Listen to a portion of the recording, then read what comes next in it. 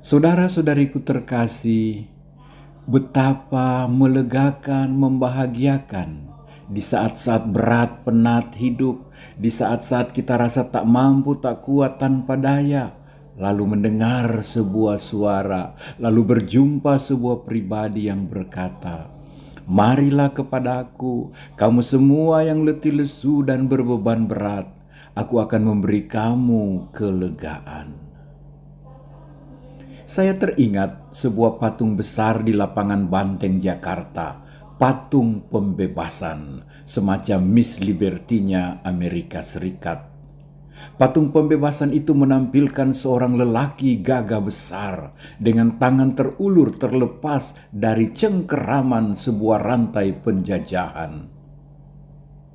Patung ini digagas oleh Insinyur Soekarno yang mengajak bangsa Indonesia, mari satu hati, satu gerak, satu tindak, membebaskan saudara-saudari kita di Irian Barat saat itu atau Papua saat ini.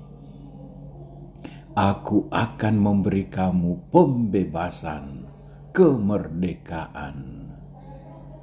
Soekarno paham betapa berartinya sebuah kemerdekaan, keterlepasan dari penjajahan, dari perbudakan.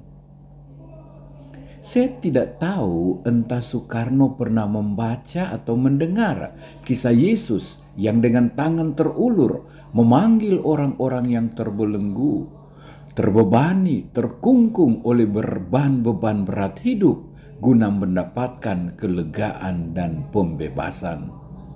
Yang saya tahu, Injil hari ini mengingatkan kita minimal dua hal penting ini. Pertama, Yesus bersyukur kepada Allah Bapa, sebab ketika banyak orang pandai, orang ahli, orang pinter, orang yang merasa diri paling jago, seperti ahli Taurat, kaum Farisi, dan pemimpin-pemimpin agama, pemerintahan yang tidak mampu menangkap kebijaksanaan Allah, hukum kasih Allah yang menyelamatkan, dan sebaliknya mereka mengajarkan, menerapkan, dan mewajibkan yang salah.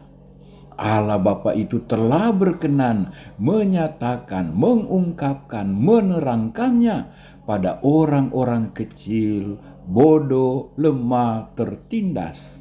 Dan walahu alam, mereka memahami dan menerimanya.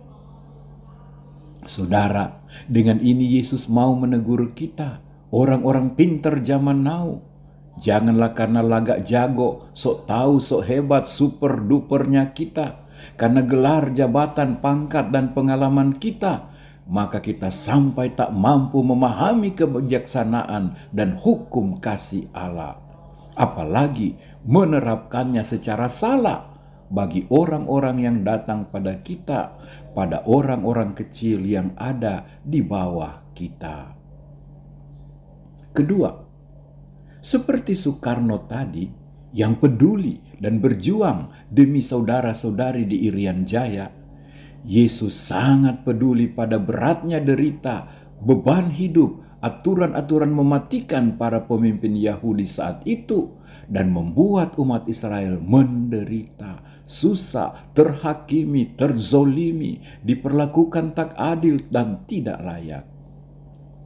Yesus mengundang mereka ini, marilah. Marilah. Kata marilah mengandung sebuah undangan, ajakan, penuh kasih, penuh hormat, tanpa kekerasan, tanpa paksaan. Sebuah invitation untuk semua, siapa saja, baik umat Israel yang berbeban berat, maupun juga ajakan untuk siapa saja, termasuk yang memberatkan, yang menyusahkan, yang mengorbankan orang lain. Marilah kamu semua. Untuk apa? Untuk datang padanya, untuk belajar padanya. Mengapa datang padanya? Memangnya siapa dia? Dan kita bisa belajar apa dari dia? Mari kita lihat. Sebab dia adalah Raja, Mesias, Immanuel, pemimpin yang adil dan jaya. Dia yang lemah lembut, tanpa tanda-tanda kekerasan apapun.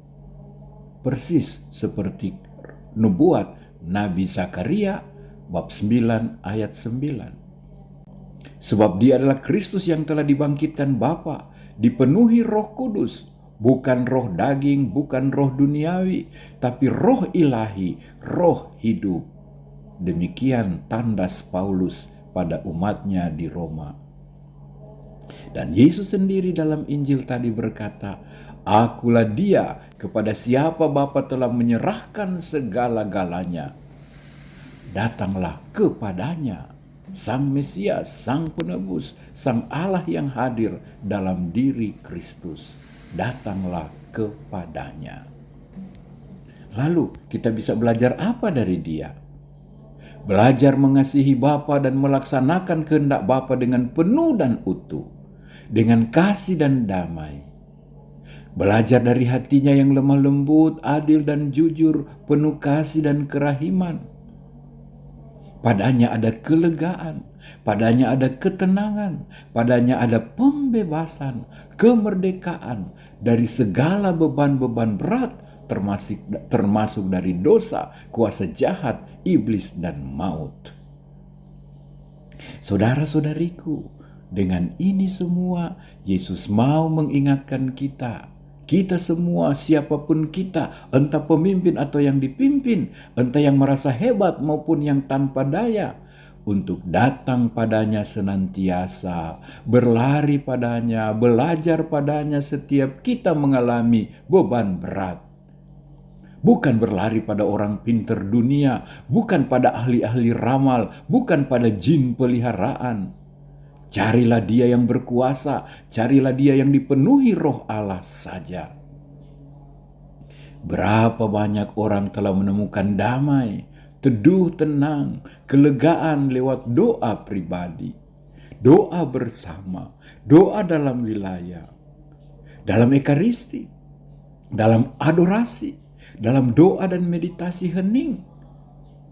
Belum lagi dalam sakramen rekonsiliasi, sakramen perdamaian.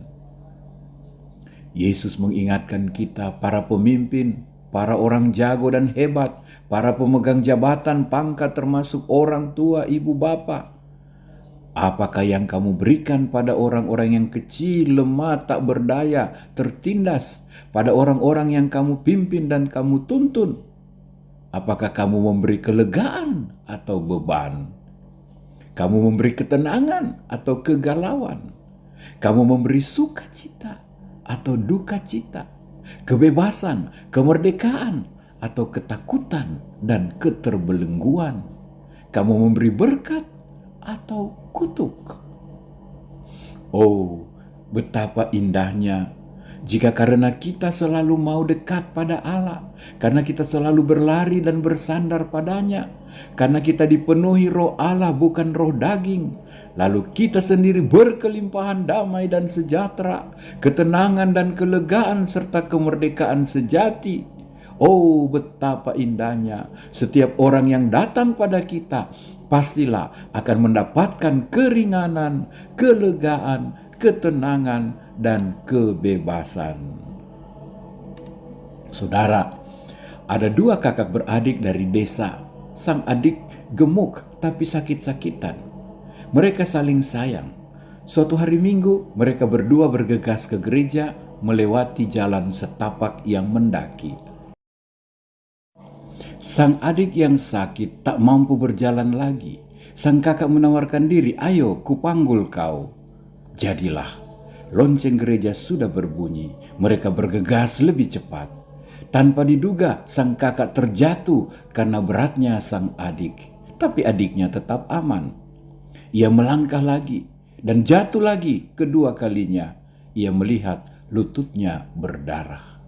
Tidak, aku harus terus. Dan mereka terus jatuh lagi ketiga kalinya ketika mereka sudah berada di halaman gereja. Ia tidak mengeluh.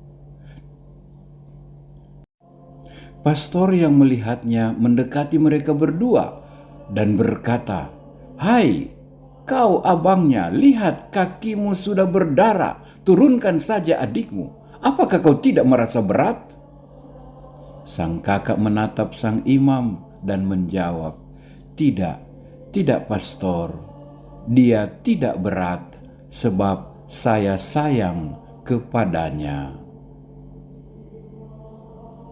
Saudara-saudariku, jika ada sayang, jika ada kasih, tidak ada beban yang berat.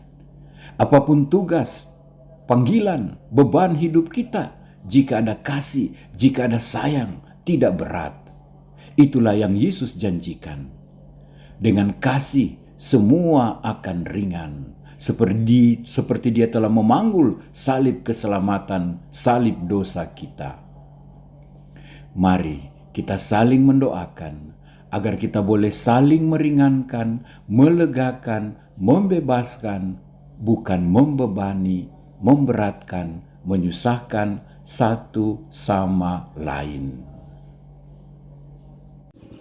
Semoga ketika kita berbeban berat, apapun juga, kita boleh menemukan kelegaan, pembebasan, dan kemerdekaan dari Tuhan, atau dari orang-orang yang Tuhan kirimkan untuk kita. Begitu juga, semoga siapa saja yang berbeban, ketika datang pada kita, boleh menemukan kelegaan, kemerdekaan, dan ketenangan. Dan marilah kita melakukannya seperti sang kakak tadi, dengan kasih dan dengan sayang. Sebab di mana ada sayang, di mana ada kasih, tidak ada yang berat. Tuhan memberkati kita semua. Amin.